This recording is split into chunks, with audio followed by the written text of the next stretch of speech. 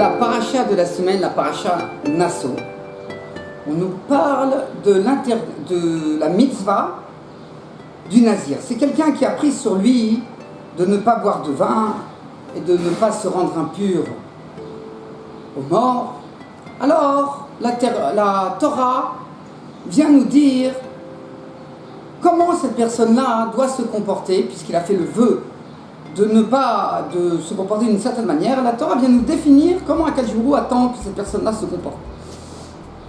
Dans donc, le Sefer Bamidbar, alors au paragraphe 6, au verset 3, la Torah nous dit Miyalin veshara yazir, du vin et de l'alcool de vin, il va donc se séparer, il ne boira pas. Rometz yayin ve rometz shira lo yishte, du vinaigre de vin, du vinaigre d'alcool de vin, il ne boira pas. Rol mishrat anavim lo yishte, et toutes les boissons dont des raisins auront été trempés dedans et auront laissé leur goût, il ne boira pas non plus. Anavim larim viveshim, des raisins frais et secs, ça veut dire des raisins secs, il ne mangera pas. Quand tous les jours où il a pris sur lui un certain nombre de jours de se séparer du vin et donc de ne pas se rendre impur aux morts, Mikol Asher Yaaseh Migefalaïn, de tout ce que on peut faire de la vigne, du vin, de la vigne, parce que il y a Geffen, il y avait il y a le coton aussi, ça s'appelle Geffen. Alors de la vigne de vin, Maratsanim, des Rarsanim, Rachid nous dit, c'est les pépins. Vadzag, et c'est l'enveloppe du raisin, c'est l'enveloppe du raisin. Le yoral, il ne mangera pas. Donc on voit que la Torah nous a précisé un certain nombre d'éléments que le nazir ne pourra ni boire ni manger. Comment décompte-t-on dans la Torah ces mitzvot qui sont les mitzvot de ne pas faire? Alors, le Rambam nous dit d'abord, on a une mitzvah dans son Sefer, sur le livre qui parle des mitzvot du Rambam. Dans la partie qui parle des mitzvot qu'on ne doit pas faire, qu'il nous a interdit de faire. Alors, il nous dit la mitzvah 202, c'est de ne pas boire de vin, et dans cette mitzvah est inclus, ou de ne pas boire une boisson qui a pris le goût des raisins, ou bien aussi il nous dit, est inclus dans cette mitzvah aussi le fait qu'il y a un interdit de boire du vinaigre de vin. Ensuite, la mitzvah 203, il nous dit que le nazir, il a une interdiction de manger des raisins frais, et que s'il mange un volume d'une olive de raisin, alors il sera digne de sanction. Ensuite, dans la mitzvah 204, on dit qu'il y a le mitzvah que le nazir n'a pas le droit de manger des raisins secs, et s'il les mange, alors s'il en mange aussi un volume d'une olive, alors aussi il sera digne de sanction. Ensuite, la mitzvah 205, il nous dit que c'est que le nazir, il a une interdiction de manger les pépins des raisins. On cite encore le verset qu'on a vu au-dessus, et que s'il mange un volume d'une olive de pépins de raisin, alors aussi il sera digne de sanction. La mitzvah 206, il nous dit, c'est quoi?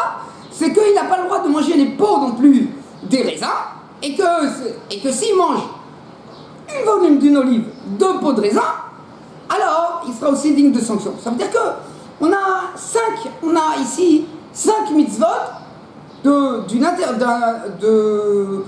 de choses qui sortent, d'éléments qui sortent de la vie, qui sont interdits aux nazirs.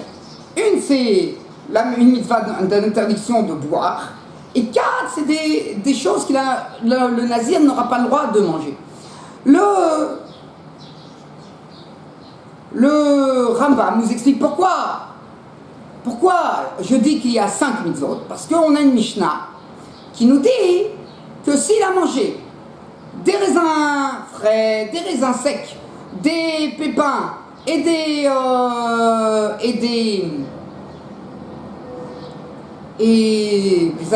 pots de raisin, et en plus il a pressé une grappe de raisin et il a bu, évidemment chaque chose avec une quantité, la quantité que la Torah a dit que sur cette quantité, ça veut dire que même pour une quantité moindre, il a transgressé l'interdit de la Torah, mais il ne sera digne de sanction que s'il mange une quantité donnée. Alors, il a mangé de chaque chose la quantité, un volume d'une olive, et en plus il a bu un volume d'un revit, c'est à peu près 86 centilitres ou 150 centilitres de jus de raisin, d'un mélange d'une boisson qui a été mélangée avec des raisins, qui a pris le goût des raisins. Alors, il va être digne de 5 sanctions, alors qu'il a tout mangé en même temps. Alors, donc on voit que, et le Rambam, on a vu déjà qu'il a un principe, on l'avait cité dans la paracha Kedoshim, dans le cours qu'on avait donné sur la paracha Kedoshim, que toutes les mitzvot qui nous sont interdits de faire, qui sont dignes de sanctions, alors chaque mitzvah, c'est une mitzvah à part entière. Comme ça il a dit le Rambam. Donc voilà, comme ça il a dit. Maintenant, c'est difficile parce qu'on avait vu, quand on avait au moment de la paracha Kedoshim, quand on avait parlé de ça, on avait vu que le Rambam y tient, qu'il a apporté ça dans son principe 9, dans le 9e principe qu'il a pour expliquer comment on va décompter le mitzvah de la Torah. Donc il a fait 14 principes après qu'il ait fait ces 14 principes qui sont les bases de la manière dont on va décompter les mitzvot de la Torah. Alors ensuite, il a le décompte des mitzvot, aussi bien des mitzvot à faire ou des mitzvot qu'on n'a pas le droit de faire. Et toutes ces mitzvot sont extraits à partir de ces 14 principes. Donc le principe, dans le 9e principe qu'il cite, alors il nous dit que tout interdit qui est un interdit global, ça veut dire qu'un verset, il a interdit un certain nombre de choses en même temps. Et il cite par exemple, c'est interdit du nazir, puisque la Torah a dit que de tout ce qui, comme on a cité, que tout ce qui sortira de la vigne, alors ça va être tout ce qui va sortir de la vigne, tout ce qu'on peut extraire de la vigne, du raisin, alors ça sera interdit à la consommation, à manger. Alors, donc il y a eu un interdit global sur le tout, et ensuite la Torah elle a détaillé qu'il y a aussi dans cet interdit global, que j'ai dit que c'est tout ce qui sort de la vigne, c'est interdit. Et ensuite la Torah elle a précisé que donc on a les raisins frais, les raisins secs, les pépins, les pots de raisin. Alors ça s'appelle un interdit global, et on a une marloquette, on a une discussion sur ce genre d'interdit entre Abaye et Rava. Et Abaye, selon comment le Rambam tenait dans les textes, dans la Gemara, il y en a qui inversent ce qu'il a dit Abaye à ce qu'il a dit Rava, et ce qu'il a dit Rava à ce qu'il a dit Abaye. Bon, ça n'a pas très grosse importance par rapport à ce que je veux vous dire maintenant. Donc en tous les cas, Abaye, lui, tient qu'on va être lavé, on va être digne de sanction sur chaque chose en détail, et il vient nous dire Rava que non, ça s'appelle un interdit global qui a englobé un certain nombre de choses, puisqu'il y a marqué tout ce qui sort de la vigne, et donc puisque c'est un interdit global, bien qu'on a des détails, on ne sera digne de sanction. Il nous a dit Rava que on avait vu qu'il y avait deux façons de voir dans la Gemara, ou bien on sera pas du tout puni ça, parce que c'est sur un interdit comme ça, on n'est pas du tout puni ça, ou bien on n'aura pas de sanction. On aura transgressé l'interdit, mais on n'a pas de sanction du Beddin sur ça, du tribunal rabbinique. Et la deuxième façon de voir de la Gemara, c'est qu'on aura au moins une sanction. Comme ça, il nous a dit le Rambam. Et là, ça va à l'encontre de ce qu'on a vu juste avant, au préalable, que je vous ai cité, que je vous ai lu dans le texte du Rambam, qui considère qu'il y a 5 sanctions. Alors comment ici, il a pu dire qu'il n'y en a qu'une? Le Rambam, il soulève le problème, que comment le Rambam, il se contredit. Voilà,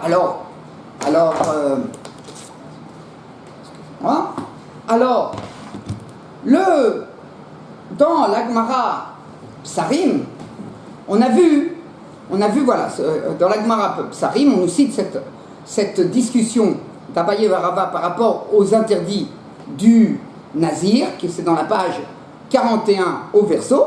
Il nous dit, Rava il dit, ça c'est là, ici le texte va exactement inverse de ce qu'il a dit le Rambam, ça veut dire qu'ils ont mis Rava à la place d'Abaye, Abaye à la place de Rava. Donc Rava il nous dit, il a mangé un zag, il a mangé donc une peau de raisin, il recevra 2 sanctions, il sera sanctionnable 2 fois. S'il a mangé Rartsan, ça veut dire qu'il a mangé le pépin du raisin, ça veut dire évidemment le volume, pour chacun on parle qu'il a mangé un volume d'une olive, alors il sera aussi digne de 2 sanctions. Et s'il a mangé un volume d'une olive de peau de raisin et un volume d'une olive de pépin de raisin, ensemble, il sera digne de 3 sanctions. Pourquoi 3 sanctions? C'est simple. La sanction qui a marqué dans la Torah, on a vu que donc ce qui était marqué dans la Torah, c'est qu'il y a marqué Anavim, Mirartsanim, donc des pépins jusqu'à des peaux, il ne mangera pas. Donc ça veut dire que il ne mangera pas, ça revient et de manière indépendante et sur les pépins et sur les peaux, donc il sera digne de 2 sanctions s'il mange et la ratsanim et la zak, et en plus il y aura la sanction qui a marqué que de tout ce qui sera fait de la vigne de raisin, comme le loyorel, ce que dit dans la fin du verset, il ne mangera pas, que ça se reporte aussi sur tout ce qui il sort de la vigne de raisin. Donc ça fait, donc il aura une 3e sanction. Ça veut dire que bien qu'il n'y a marqué dans ce verset qu'une fois il ne mangera pas, mais ce il ne mangera pas tombe de manière indépendante, vient engager et sanctionner de manière indépendante le fait qu'il va manger, il a mangé quelque chose qui sort de la vigne de vin, qu'il a mangé des pépins de raisin et qu'il a mangé des peaux de raisin. Donc 3. Et Abaye nous dit, non, on n'est pas... Abaye il dit, on ne reçoit pas de coup, on ne va pas recevoir de sanction sur un interdit qui est un interdit global. Alors là-dessus, ce que je vous ai rapporté au début, il y en a qui disent 2 fois il ne sera pas sanctionnable, mais il sera au moins sanctionnable pour tout ce verset, tout ce qui est inclus dans ce verset, au moins une fois. Et il y en a qui disent, même une fois, il ne sera pas sanctionnable. Comme ça, la Gemara dit ici. Alors là-dessus, on a vu qu'il y a une autre Gemara dans Baba Metzia, dans la page 115, au recto, excuse-moi, qui nous cite un interdit qui ressemble à l'interdit du nazir de manger les pépins et les peaux, etc. Et il nous dit qu'il y avait déjà une autre discussion entre 2 autres Amoraïm, c'était Ravuna et Rav Yehuda, qui étaient une génération au moins 50 ou 60 ans ou 80 ans avant la génération d'Abaye Rava.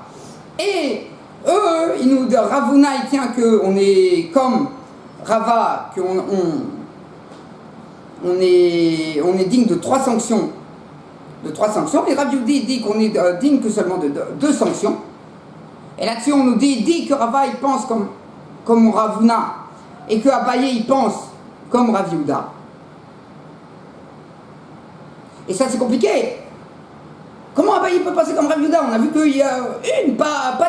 Et Rav Yehuda, il pense 2. Alors là-dessus, les Tosfot, et c'est l'avis aussi du Ramban, c'est l'avis de Rashi, des Tosfot et du Rambam qu'en fait, la discussion entre Abaye et Rava se comprend ainsi.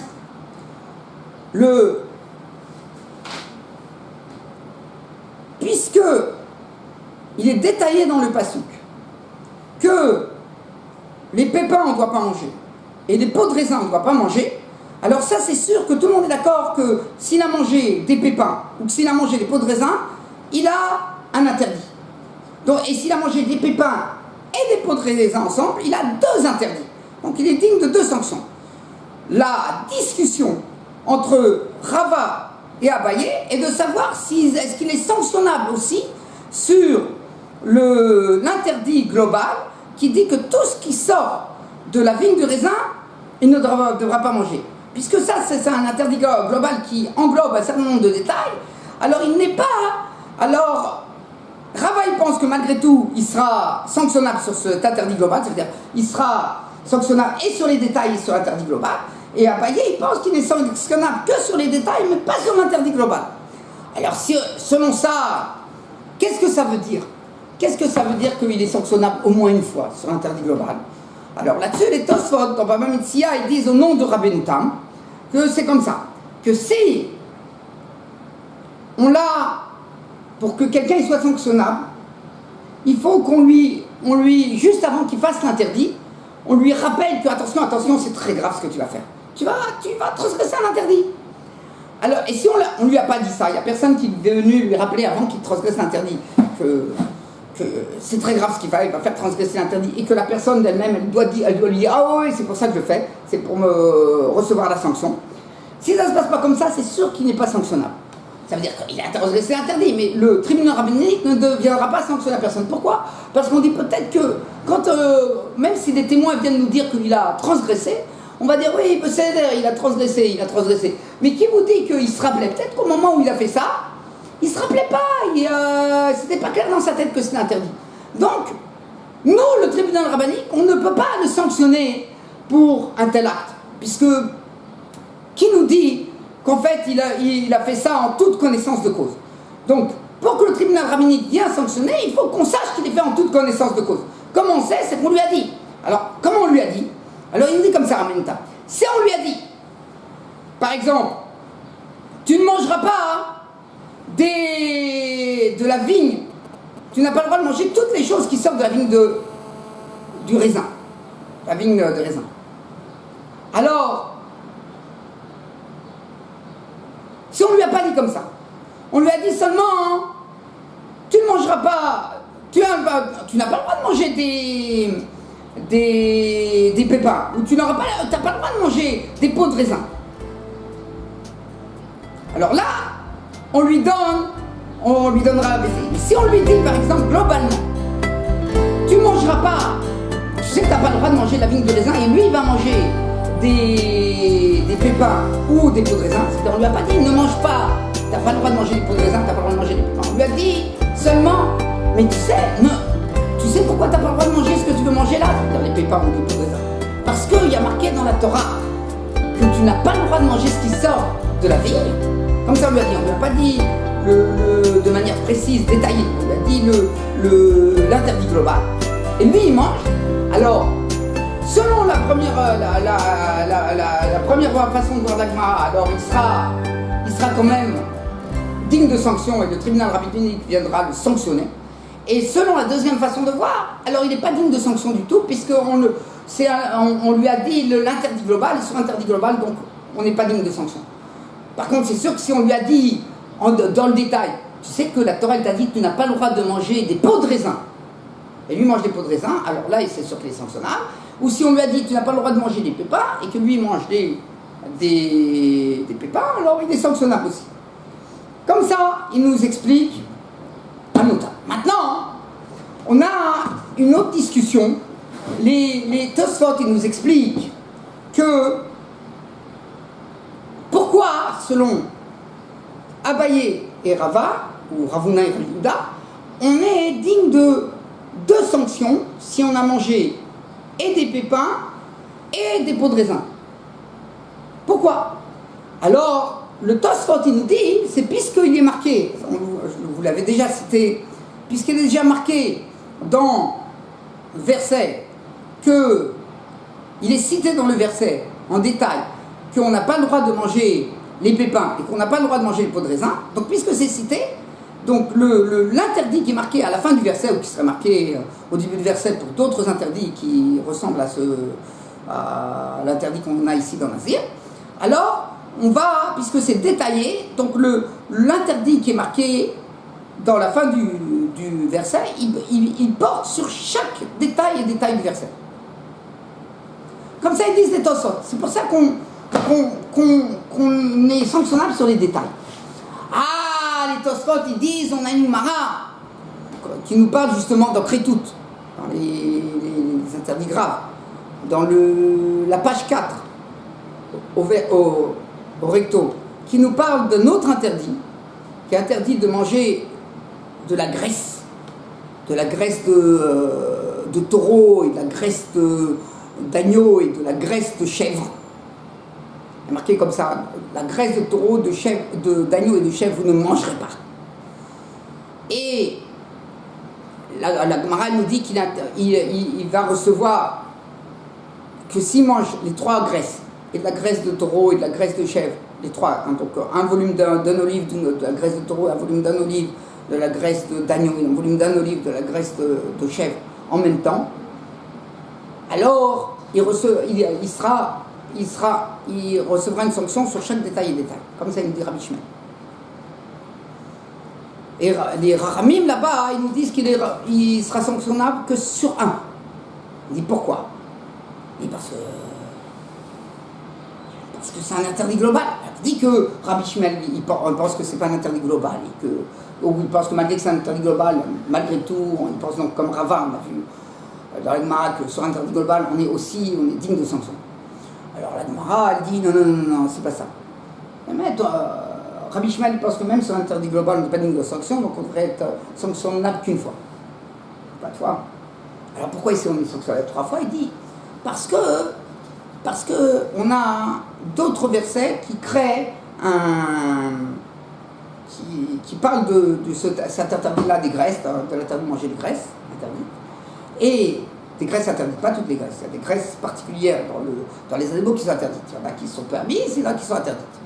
Alors, donc s'il a mangé ces graisses interdites, ces graisses particulières qui sont interdites, qui viennent de taureau, de chèvre ou d'agneau, alors il a transgressé un interdit. Par exemple, par contre, si c'est des graisses de cerf, un cerf ou un daim, qui est un animal permis à la consommation, il n'a pas d'interdit de graisse interdite. Mais ces mêmes graisses-là, il ne les a pas. Il n'a pas d'interdit de graisse. On peut tout manger dans un sang, sauf ce sang interne. Alors, il souffle le guide d'anachis.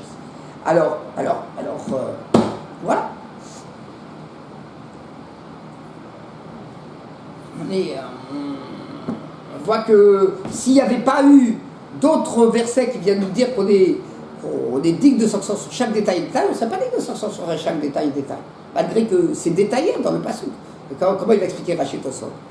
Alors Rashi Tosfot, il explique qu'ici, puisque comme l'interdit c'est les graisses, et que ce soit des graisses de chèvre, des graisses d'agneau, des graisses de taureau, ça s'appelle des graisses.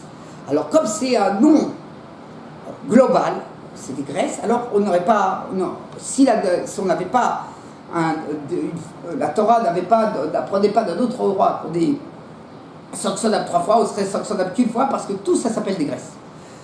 Ce qui n'est pas le cas dans les interdits du Nazir, qu'il n'y a pas un nom global. Il n'y a pas un nom global. Des pépins, ça s'appelle la vigne, c'est pas de la vigne. Les pépins, c'est des pépins, c'est pas du raisin. C'est des pépins, c'est pas de raisin. C'est un nom spécial. C'est un nom spécial.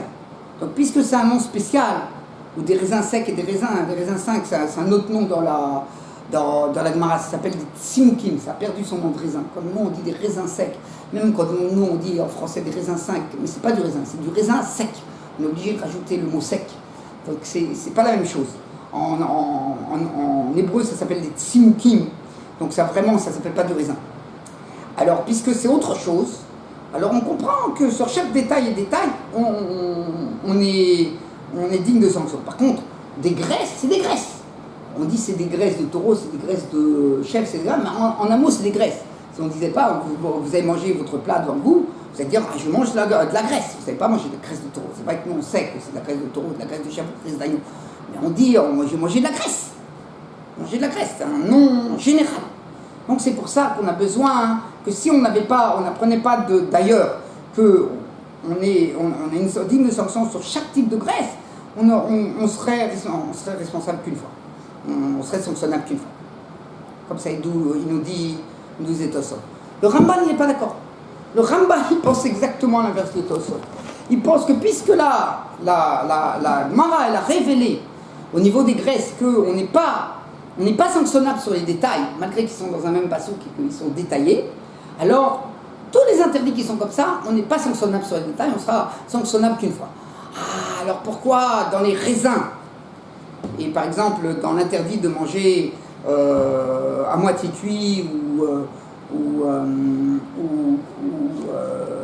bouilli, la viande du sacrifice pascal, alors on a interdit sur chaque détail.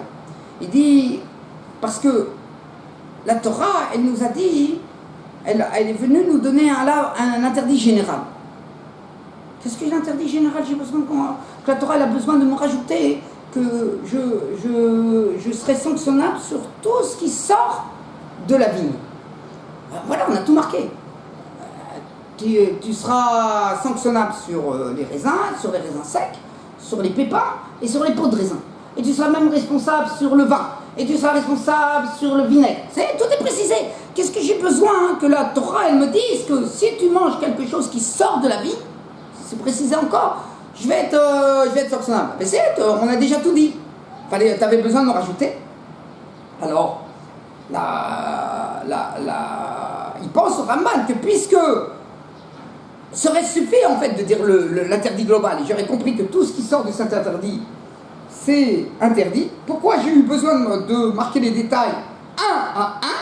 C'est pour nous dire que sur chaque détail, je suis sanctionnable. Comme ça il dit. Donc ce ne sont que sur des interdits du même type, du même genre que cet interdit nazir, où on a dans l'interdit de la Torah, c'est cité et les détails et l'interdit global, que je vais dire que pourquoi à ce moment-là la Torah elle m'a dit les deux choses, c'est pour me dire que sur chaque détail et détail, je suis sanctionnable. Et indépendamment de ça, je suis aussi sanctionnable selon Rava sur l'interdit global.